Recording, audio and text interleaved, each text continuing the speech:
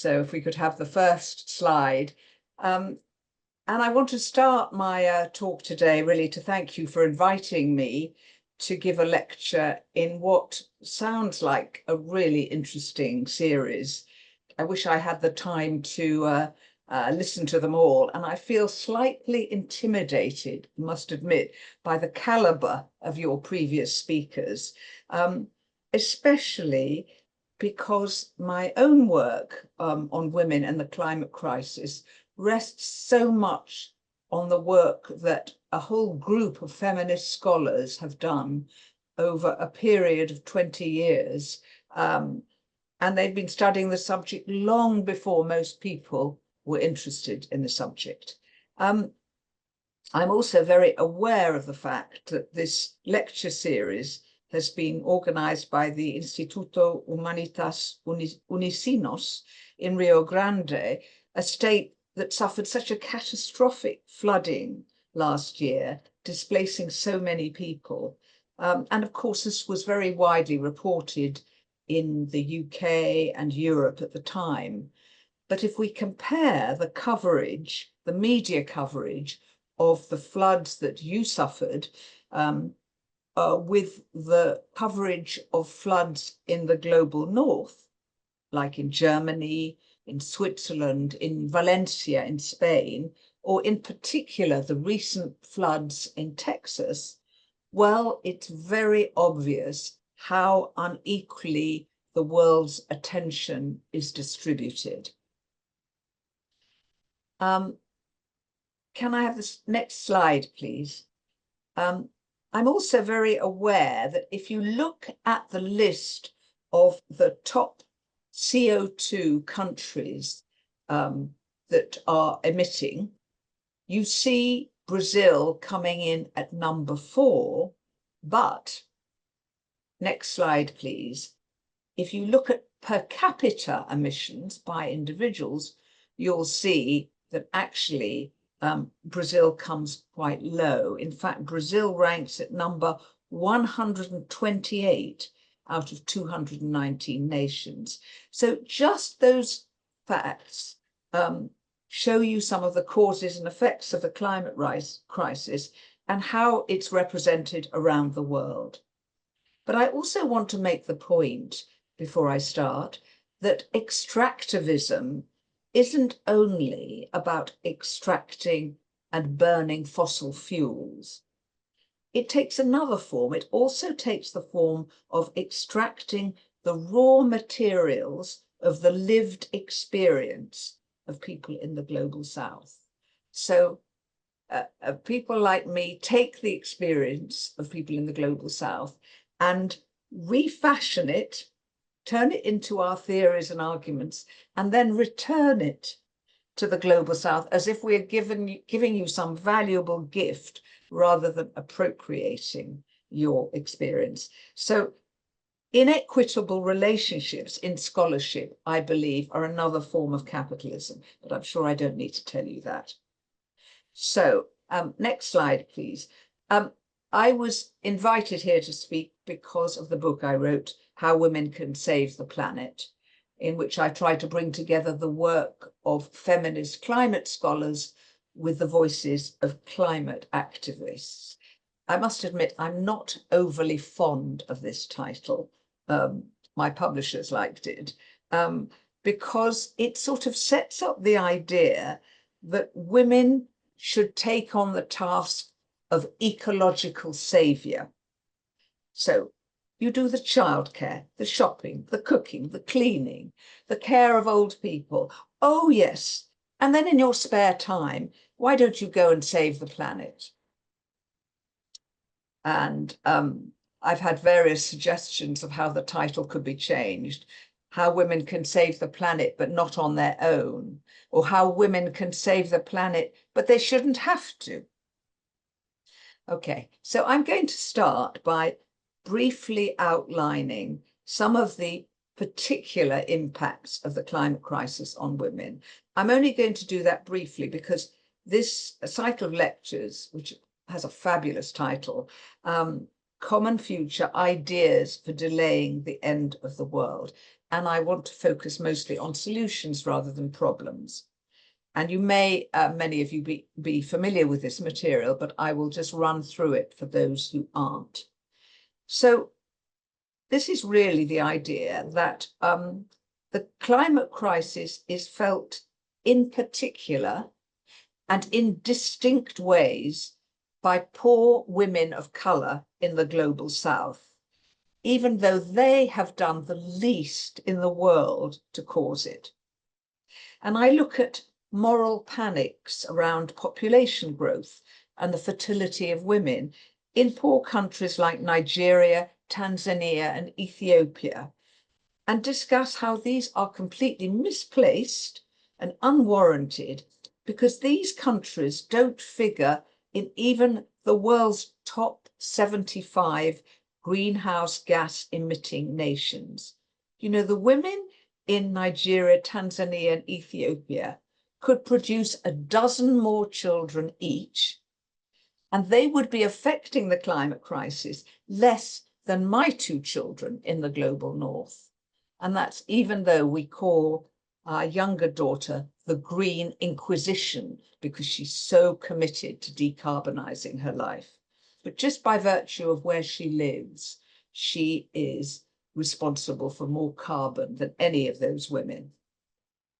Around the world, women eat less meat, are less likely to drive, and not because they're more virtuous than men, but because they have fewer opportunities than men to adopt carbon-emitting lifestyles like this. And I think it's important to stress that women aren't intrinsically more vulnerable to the effects of climate change. They have been made more vulnerable.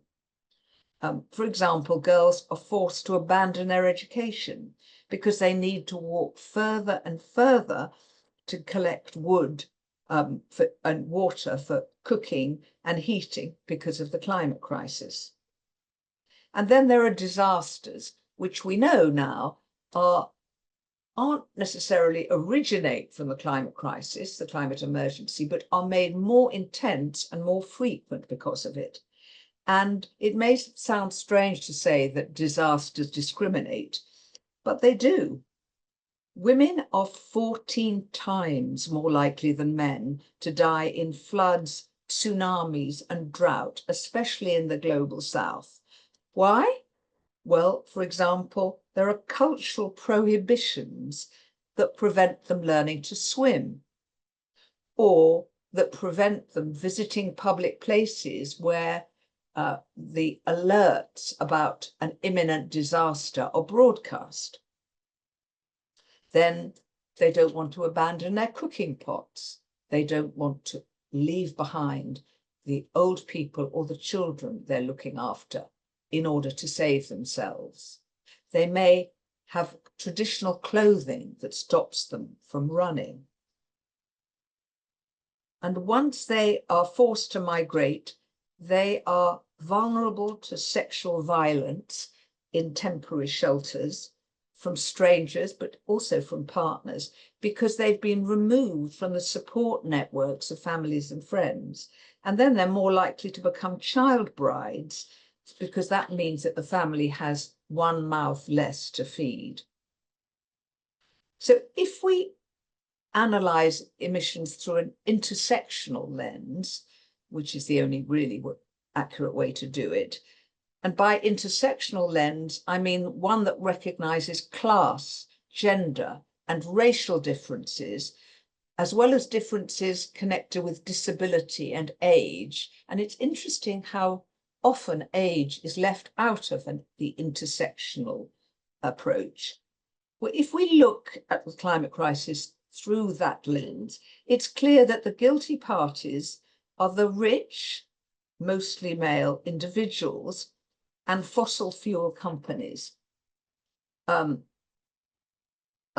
should have gone to slide 5, by the way.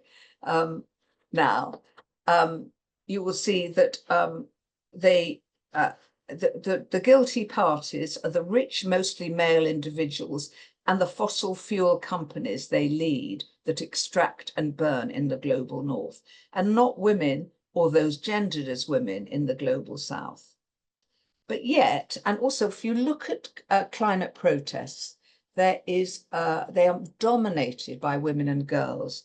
But when you look at where policy is decided, at the top table, nationally and internationally, women are remarkably underrepresented. And on some UN committees, they're getting less represented. So I'm not talking here about innate, essential biological differences, as though women somehow had less selfish genes. I'm only talking about gender and traditional masculinities, and I use the plural here deliberately. So gender, in other words, entrenched, socially constructed ideas about masculinity and femininity that shape our conventions, our social roles, and our practices. Of course, there are individual male environmental activists, many of them, men who care deeply about the state of the planet and the unequal impact of its decay. And I know this because I live with one of them. Now, there's an argument that comes up when you try and talk about this that says the climate crisis is so pressing, we can't have special pleading. We can't talk about factionalism. We can't talk about gender and race. We need to get on to finding solutions that save everybody. Now, this is part of the fallacy, the fallacious reasoning that uses what I call the climate we. And if I could have the next slide, please. So what is the climate we? The climate we is the idea that we're all in it together and we are all equally to blame. Here you have the British naturalist and broadcaster, David Attenborough, in this very admired TV series, A Life on Our Planet, in 2020, who said, the world is not as wild as it once was. We've destroyed it, not just ruined it. We have completely destroyed that world. Who is this we? This is the climate we. But we are not all equally culpable. And we need to be very clear about this, because if we want to find effective solutions, we first need an accurate diagnosis. And so to do this, we need to look towards climate justice, solutions that are gendered and also address the corporate colonial causes of the crisis. Okay, so solutions. I want to go through, race through some of the common ones that are often brought up. Okay, so here, let's start with this one. And this is the kind of solution that is gendered, but not in the way I'm suggesting. And these are solutions that propose a quick technological fix. Technology will race to our rescue. These kinds of solutions are often based on unproven new technologies, and they have one enormous merit to the people who propose them. They mean that rich countries, corporations, and individuals can continue to extract and burn fossil fuels and consume them without any major need for change. So these are mega geoengineering climate solutions, often promoted by male scientists. They involve large-scale attempts to manipulate the natural environment or hack the climate, usually by sucking CO2 out of the air and reducing heat. So here's an example of one of them. Do we really think that tiny glass beads can stop Arctic ice from melting if they are spread over polar sea ice? What about a giant space umbrella to shield us from the sun? What about 16 trillion flying space robots to deflect the sun's rays. I mean, these are all genuine proposals that have been taken seriously. They're all epic in scale. They all rest on untried technologies, and none of them have come to fruition. And I think this is part of a sort of masters of the universe syndrome that have been much critiqued by female commentators and also by indigenous groups. There's been a manifesto against geoengineering. They say it tackles the symptoms of the climate crisis and not its causes. And they say that the impact is potentially catastrophic. And in particular, they point out that indigenous lands are particularly vulnerable in these geoengineering experiments. Okay, let's try another solution, the circular economy. The idea that we can delay the end of the world by recycling and reusing instead of taking, making, and disposing. Now, on the face of it, this is a very attractive idea, but actually it doesn't withstand close scrutiny. Why? Because most of the materials that we use can't be recycled. And there's lots of research and reportage that shows this.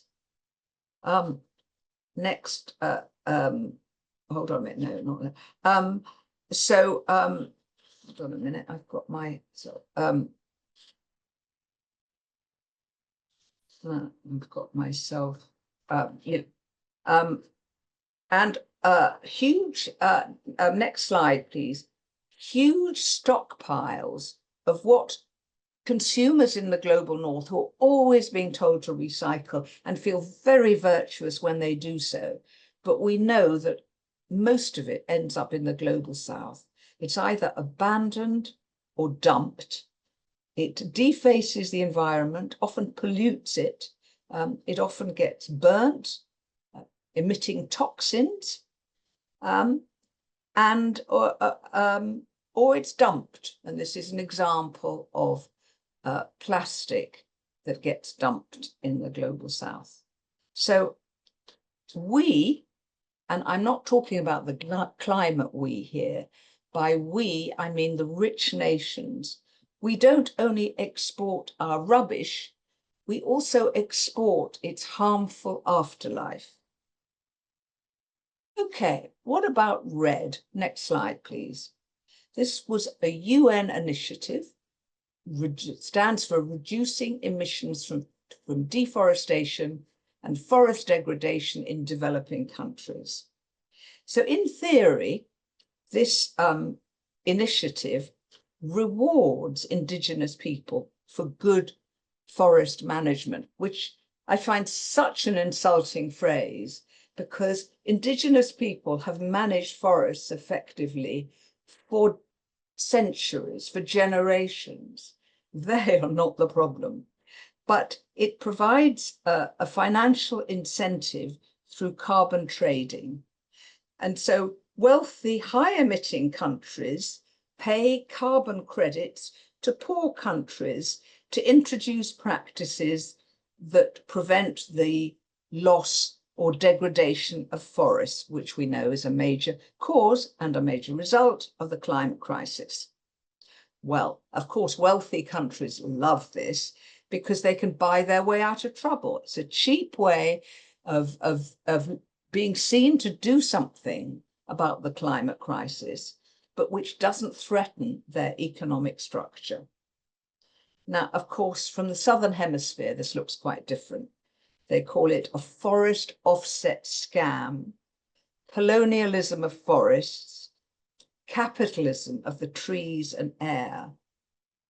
And critics of RED say that indigenous peoples are forced into a world market with nothing to negotiate with except the natural resources that they rely on for survival. They call it greenwashing, They call it commodifying nature. They are very critical, and it's particularly bad for women because Indigenous women are dependent on forests.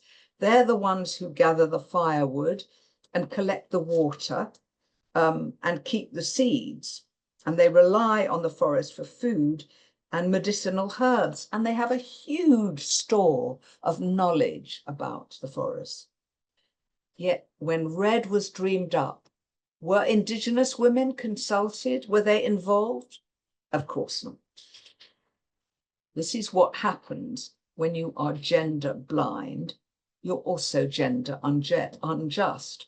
And one of the activists that I interviewed for my book, Anisa Khan, a young Indian climate activist who now lives and works in London, she was very dismissive of these kind of market-based solutions and carbon trading schemes. She said, carbon trading, you basically export your problem somewhere else. She said, and I love this quote from her, to me, carbon trading is like paying someone to go to the gym on the other side of the world so that you can lose weight.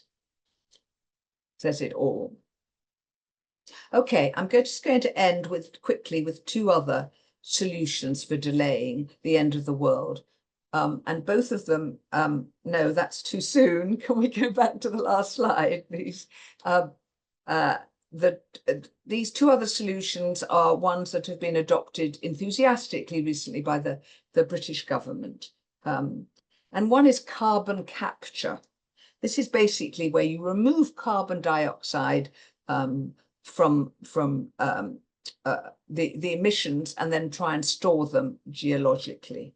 Well, a recent review of 13 flagship carbon capture projects found that 10 of them, 10 out of 13, failed or underperformed against their aims, and mostly spectacularly. There's no evidence at all that they can be scaled up to the level required. What about green growth? Oh, the British government loves to talk about green growth.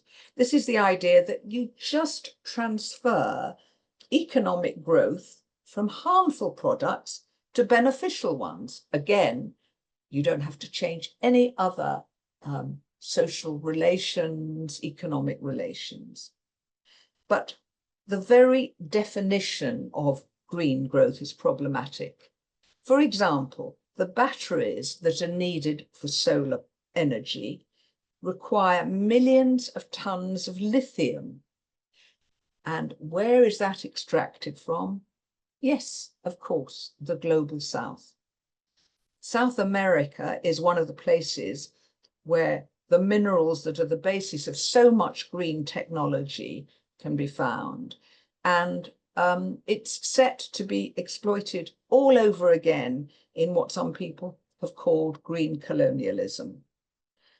Anyway, you couldn't possibly decarbonize through green growth at the speed you need to meet the limits of the Paris Agreement and continue to grow in an ecologically sound way.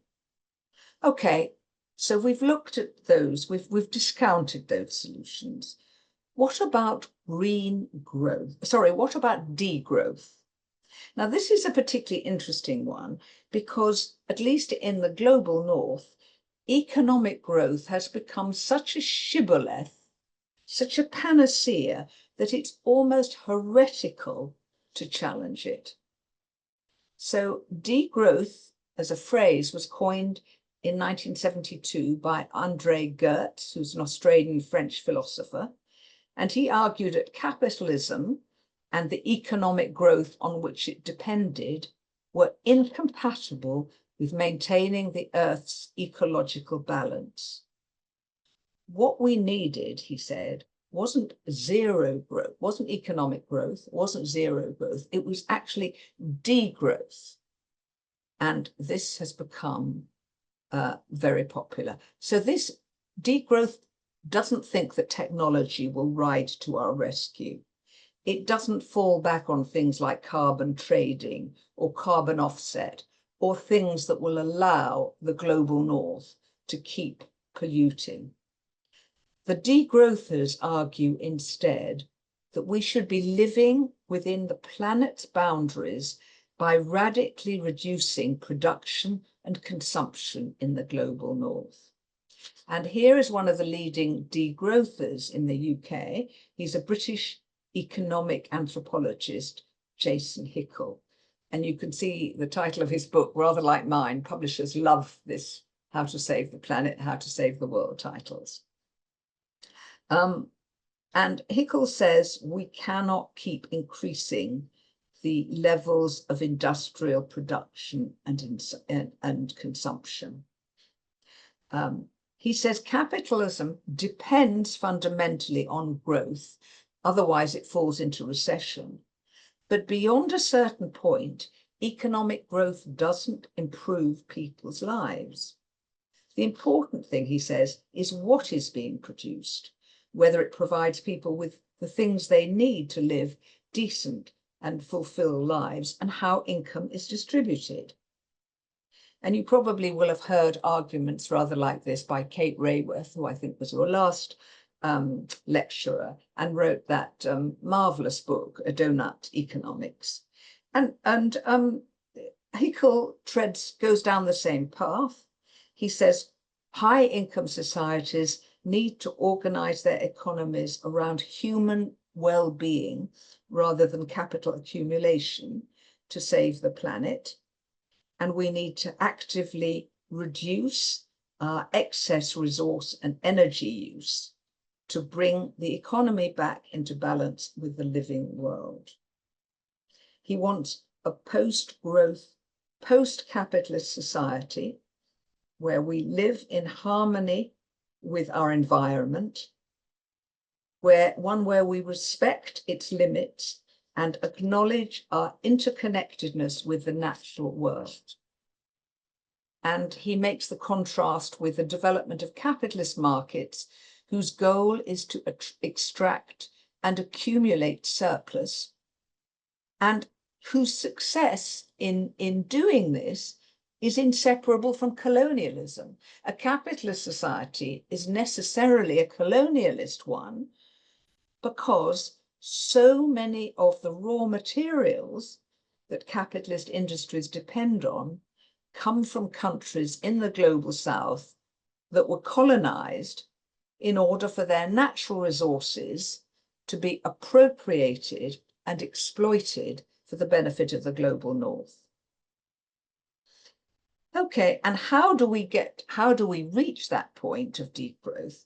Well, he says, we need an end to planned obsolescence, chucking away your phone because there's an upgrade available or because it's become so slow. We need a legal right to repair. We need to place limits on advertising. We need to shift from ownership to usership. We need to end food waste. We need to scale down ecologically destructive industries. Now, whenever you talk like this, what happens is a chorus comes in and they start to talk about utopias and human nature. And I'll pick this point up a bit more later on.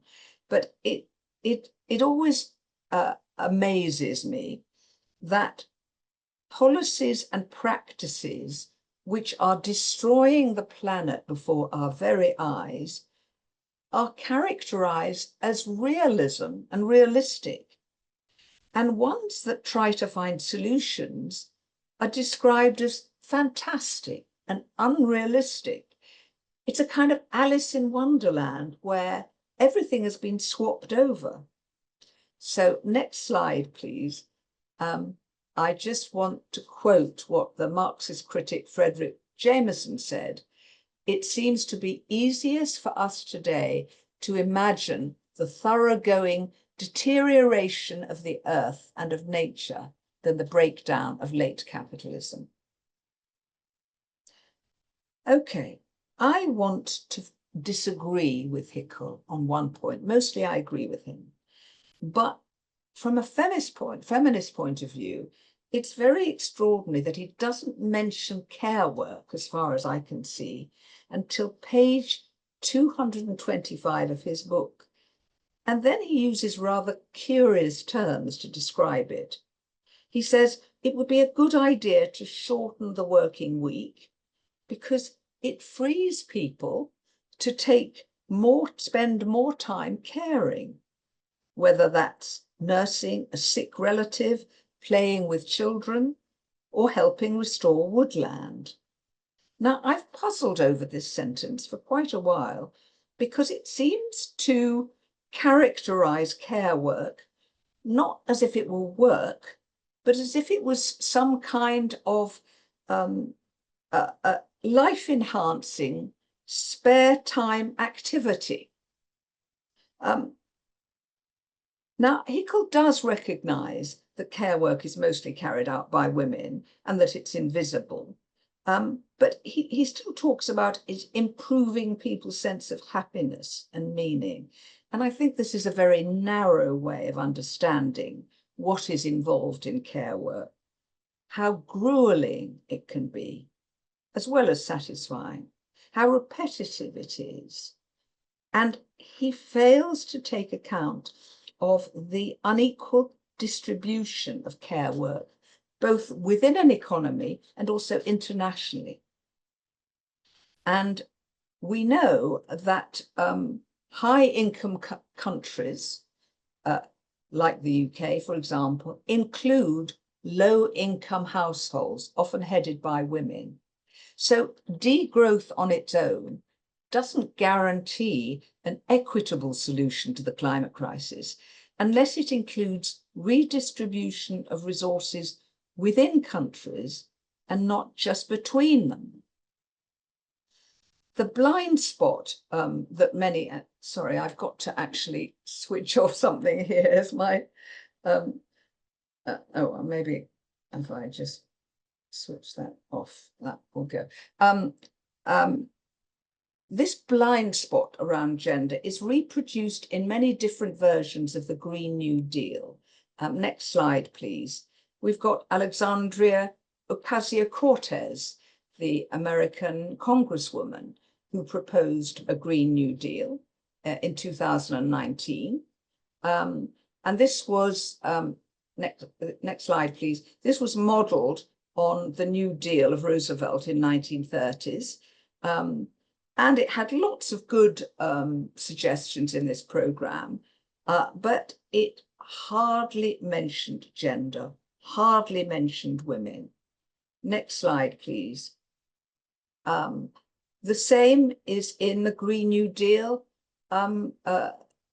designed by Noam Chomsky and Robert Pollin, also nothing about gender. And I could run through a list of different Green New Deals around the world, in Europe, in the UK, all full of really interesting, good solutions. On gender, nothing. Now, why does this matter? It matters because the climate crisis has been called a crisis multiplier. It takes existing inequalities and amplifies and extends them. And I've already given some examples of how it affects women in particular and puts them at greater risk. So unless you address unequal vulnerabilities to the climate crisis and climate emergencies, your solutions will probably reproduce and perhaps even aggravate those inequalities. Okay, so I've gone through a lot of solutions that I've either rejected or critiqued. The world is still coming to an end. We haven't delayed it yet. Where are we going to look for next? Well, I want us to look at feminist economists, people like Marilyn Waring, Stephanie Kelton, Kate Raworth, Katrine Marsal, and the Women's Budget Group in the UK. Now, all these women and groups have challenged classic economic theory, in particular market monetary theory, in fundamental ways that enable us to rethink what a thriving, equitable, non-extractive society might look like. And one of the problems in traditional economics is the way in which a nation's wealth is calculated. Gross domestic product, or GDP. GDP was created in 1946 to enable economies to measure their productivity. But baked into it are so many absurdities and gender biases. Next slide, please. One of the first people to challenge it was Marilyn Waring.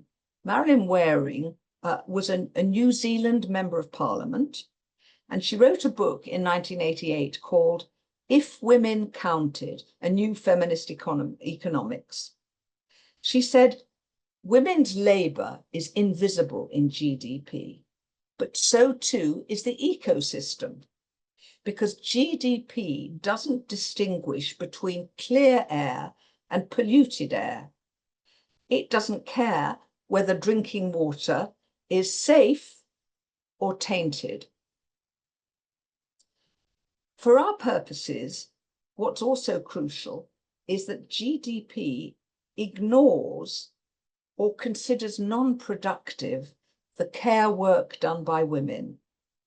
So GDP, as Marilyn Waring discovered, categorized domestic labor, oh, I've lost my slides now, characterized domestic labor as free time or inactivity. So in GDP, looking after children or having a siesta are both equally unproductive. Okay, if I can have the slides back, I'd like to go to slide 15. And going fast forwarding from Marilyn Waring in 1988 to 2015, when the Swedish writer Katrine Marsal published her terrific book with the wonderful title of Who Cooked Adam Smith's Dinner? Now, Adam Smith, the author of course of The Wealth of Nations, he is a real pantomime villain here, not just a pantomime villain, because his fundamental argument was that economies are driven by self-interest, and so-called free markets, I say so-called because that's another discussion, free markets were the best way to create an efficient economy. Now, when Katrine Marsal looked into this, she discovered that Adam Smith never married. He lived with his mother for most of his life. He got his dinner because his mother made sure that it was on the table every evening. Without his mother, Adam Smith would not have been able to function as she did.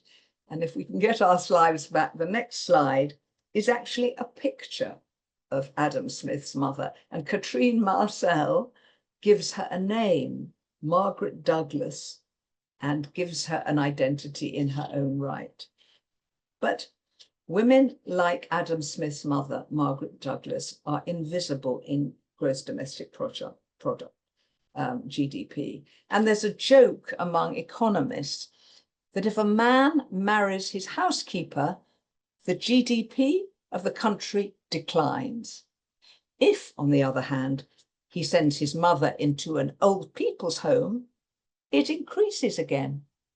This shows clearly what counts as work. Ah, great, thank you. Thank you. And if we could have the next slide of Adam Smith's mother. So, yes, so Adam Smith's mother cooking his dinner was not counted as anything productive. So that joke about if a man marries his housekeeper, GDP goes down. If he sends his mother into an old people's home, it increases.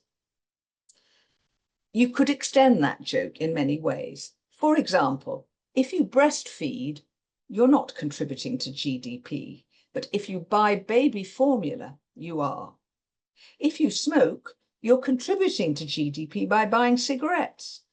even better if you get sick and need surgery, chemotherapy, or radiotherapy, because all of these are included in GDP. If you stop smoking, though, not good. You are reducing GDP, and so on, and so on. It makes a nonsense of the real world. For example, in the UK, women take 50% more sick leave than men, sick leave from work. Is this because women are sickly little things and can't cope with the big male world of work? No, it's not. When analysts looked more closely into the figures, it became clear that women took sick leave not because they themselves were sick, but because their children were. But classic economics doesn't differentiate, makes no distinction between women being unemployed, women being sick, or women not being at work because they're looking after sick children. This is what the psychoanalyst Sally Weintraub calls the neoliberal society, a culture of uncare. And if we could have the next slide, there's a wonderful quote from a male economist, William Brian Arthur, who says, mathematics restricts economic modeling to only things that you can represent in nouns, in quantities and nouns, and it leaves out anything to do with process or creation. And for those, we need verbs. And I really like that distinction between nouns and verbs. Okay, so why am I putting so much stress on caring? Well, this is because, as many feminist commentators have argued, those qualities needed, those relationships that are intrinsic to care, are the ones that have the potential to provide a model for sustaining the planet. So when we get the slides back, if we could have slide 18. And this is a quote from an Italian writer, wrote a book called The City of Care. And she said, care is offered as the cultural paradigm which is most suitable to the governance of things in a world which is in the midst of an ecological and economic crisis. So what she is claiming is that care can and ought to be mobilized more broadly to solve these twin crises, ecological and environmental. So if we could go down to slide 19, please. Sorry, slide 18. Anyway, so yeah, she's saying we can solve these crises through care. But I want to really end by quoting a very influential quote from 1990 by Berenice Fisher and Joan Tronto. And this is how they define care. Next slide, please. Towards a feminist theory of caring. They say, in the most general sense, care is a species activity that includes everything we do to maintain, continue, and repair our world so that we can live in it as well as possible. That world includes our bodies, ourselves, and our environment, all of which we seek to interweave in a complex, life-sustaining way. So you can see now that this is making the connections between care as a private activity and public activity of the body, of a relational activity of people close to us, and care of the planet.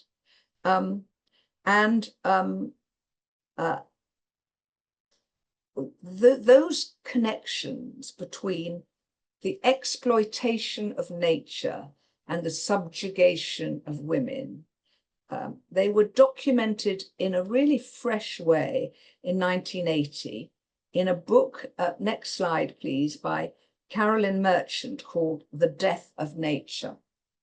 And what Merchant did was she went back to the scientific revolution, and she showed how there was a revolution in the ways in which nature was regarded, that what was introduced was a mechanistic view, that nature was dead, nature was passive, and could and should be dominated and controlled by humans.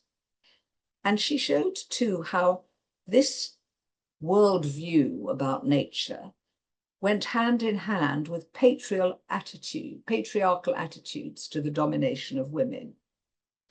And this theme has been taken up really in the last 20 years by ecofeminists who point out the parallels between the ways in which women are treated and nature are treated. They argued that the same power structures that oppress and exploit girls, women, LGBTQ+ and non-binary people also create destruction on the human world. So what would a care economy look like? Would it necessarily be a non-extractive and equitable one?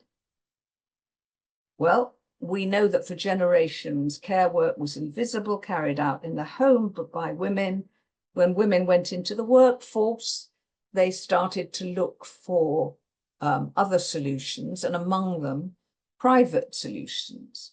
And I want to now just draw attention to what has been called the global the global care chains. This was by an American sociologist, Ali Russell Hochschild, in a brilliant essay in 2015. Hochschild introduces us to Vicky Diaz. Diaz is 34. She comes from the Philippines. She's a mother of 5. She went to college. She used to be a school teacher. Then she used to be a travel agent. But she migrates to the United States to work as a housekeeper in Beverly Hills in Los Angeles, and also as a nanny to Tommy, who's a 2-year-old son in a wealthy family in LA. The Beverly Hills family pays Vicky $400 a week. Vicky, who has 5 children left back in the Philippines, pays somebody, a Filipina woman, a live-in woman, $40 a week to look after her children.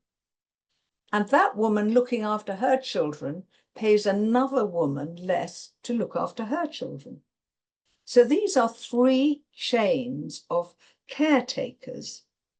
A poor woman, a slightly less poor woman, and the third, the migrating mother herself, who cares for the children of professionals in the first world. Next slide, please.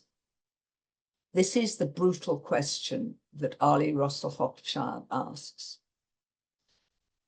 She says, are first world countries, such as the United States, importing maternal love as they imported copper, zinc, gold, and ore ores from third world countries in the past? She wrote this 10 years ago, so the first world, third world terminology was still current. We now use different terminology.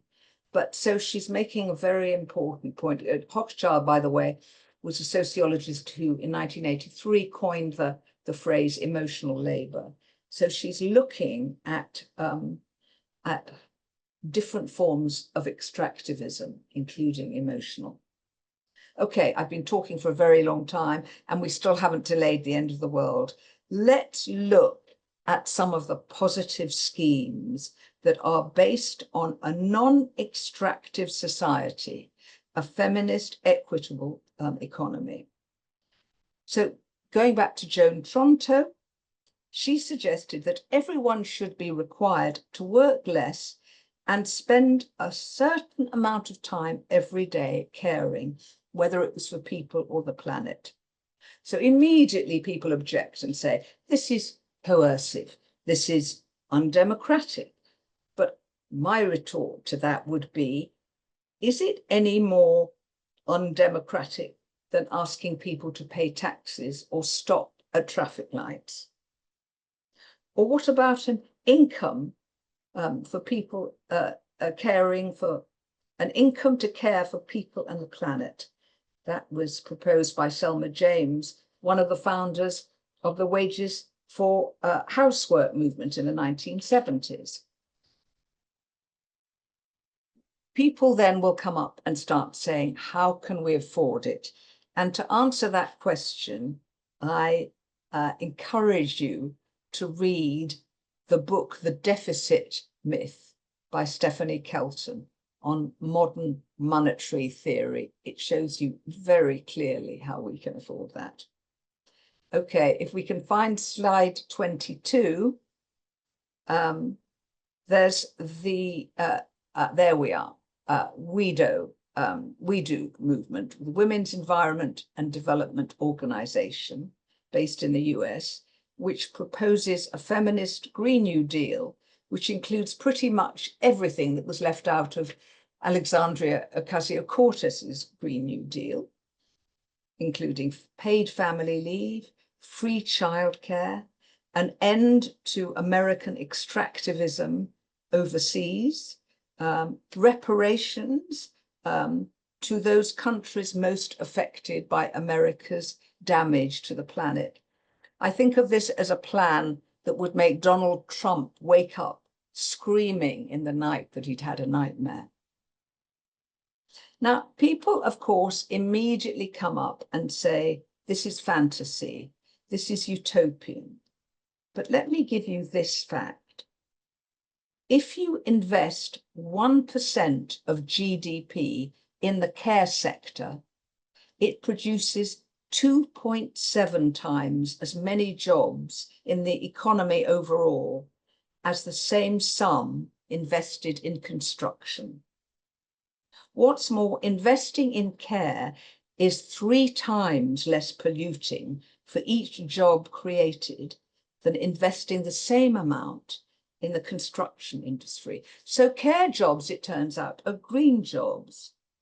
Now, I'm not entirely comfortable with thinking about care in these instrumental ways and economic ways. I mean, care is a fundamental human right. It's what defines us as a civilized society, I think.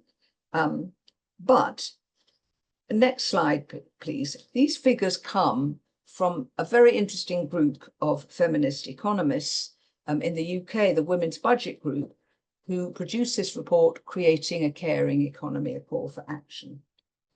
And they say, they ask the question, what would a society look like if it prioritized care, paid and unpaid, rather than economic growth? If it recognized the value of unpaid care and gave men and women an equal legal entitlement to paid caring leave alongside free universal childcare. And they talk, I love this line you can see here. They've got time to care as well as time free from care. It's an acknowledgement of how incredibly demanding care can be. And they say, they want us to reimagine what we mean by the costs of a policy, the efficiency of a policy, a productive economy. And they say, these look rather different when social value, environmental value, and unpaid time are factored in, and you don't just rely on market value. So these are the places where feminist economics and degrowth converge. Next slide, please. One of the leading proponents of this is Silvia Federici, the Italian Marxist feminist theorist and writer. And this is a book about the commons. The commons is a place, says Federici, of shared property, shared natural or social wealth, whether it's land, water, forest, or systems of knowledge and capacities of care. Commons are available for the use of all commoners, but they are not for sale. You think this is very idealistic? Next slide, please. Come with me to Bogota in Colombia and their new system of Colombia care blocks. 1.2 million women in Bogota spend most of their time on unpaid care work. 90% of them live in poverty. But Bogota became the first city in Latin America with care blocks, which provide services supporting these female caregivers and their families, training them. These spaces are within walking distance of people's home. They can study there. They can access employment and entrepreneurship opportunities. They can receive health advice, get psychosocial care, legal care, relax. It promotes personal development, income participation, and the people they care for also get supported. So this is a form of commoning of care. Next slide, please. I just want to show you 3 more projects that excite me. And this is the Bungru system in Gujarat. This is a system that at the same time improves the land and women's lives in Gujarat, in India, because here you have flooding from the monsoons, which is followed by drought. And this creates food insecurity, it creates debt. But this is a locally developed rainwater management system. And it very cleverly deals with both the flooding and the drought. So it stops farmers' crops from getting waterlogged during the monsoon. And then it uses that water to irrigate properly in the dry season. But what is so extraordinary about this is that each Bungru system is owned jointly by 5 of the poorest, lower caste women. They become trained as climate leaders. They promote, construct, and install this system themselves. They form their own ownership groups. Their income has trebled. The harvests have been restored. Wasteland is no longer wasteland, and men's control over the land has been limited. And the knock-on effects of this have been remarkable because, like most Indian women, these women started off without any land rights. But now the government has transferred land ownership to them. They've started to take on political positions, negotiate with the government, and people who had migrated have come back to the land. So what had started off simply as a way of managing water has ended up transforming the status of women in their communities. And what I like about Bungru is that it's a simple technology, a sophisticated one, but essentially simple. It's a technological solution, but it's not a technological fix. It doesn't just insert a new piece of kit into the existing old gendered social relationships. It uses the new technologies to boost and transform women's power and rights. 2 last examples. If I can have the next slide. And this is the work of the Pakistani architect Yasmin Lari, who's redesigned the chula. The chula are the open flame wood-burning stoves that are traditionally used in Pakistan. They are usually on the floor, and they have caused a lot of respiratory illness in women and burns, and they also cause deforestation and pollution. Lari has taught women to themselves build hygienic, smokeless stoves that are cheap, made out of local mud and plaster. And they then place this on a podium.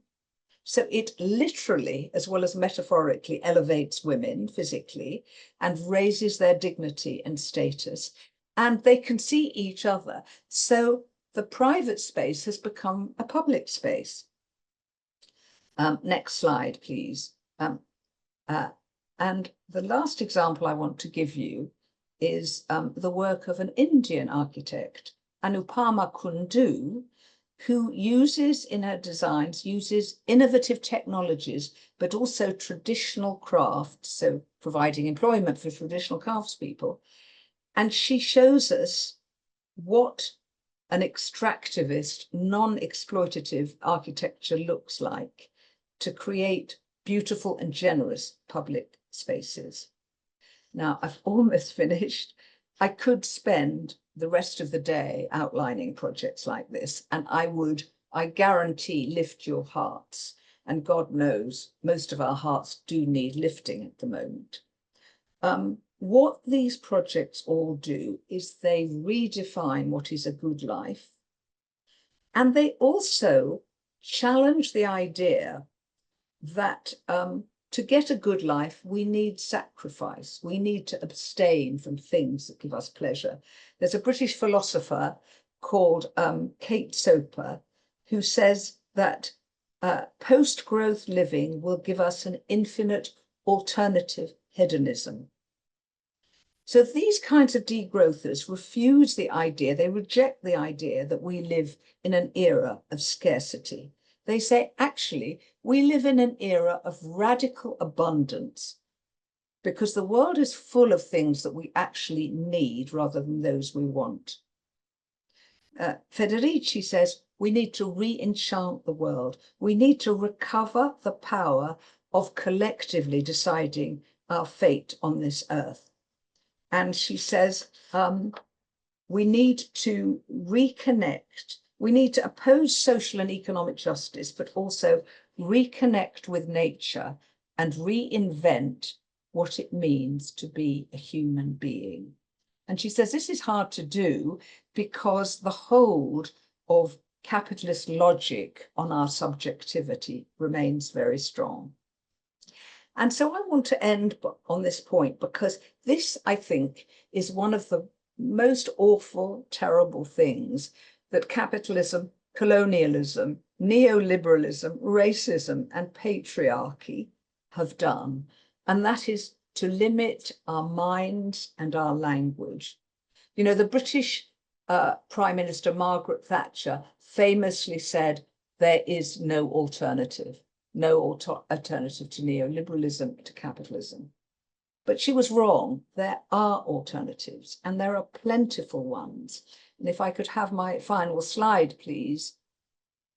I want to quote the American activist Adrienne Marie Brown, who says, imagination is a muscle that will atrophy if we don't use it, especially under the pressure of constant fear. So, we may not have delayed the end of the world this morning, but thank you very much for giving me the opportunity to use the muscle of our imaginations with you this morning. Thank you.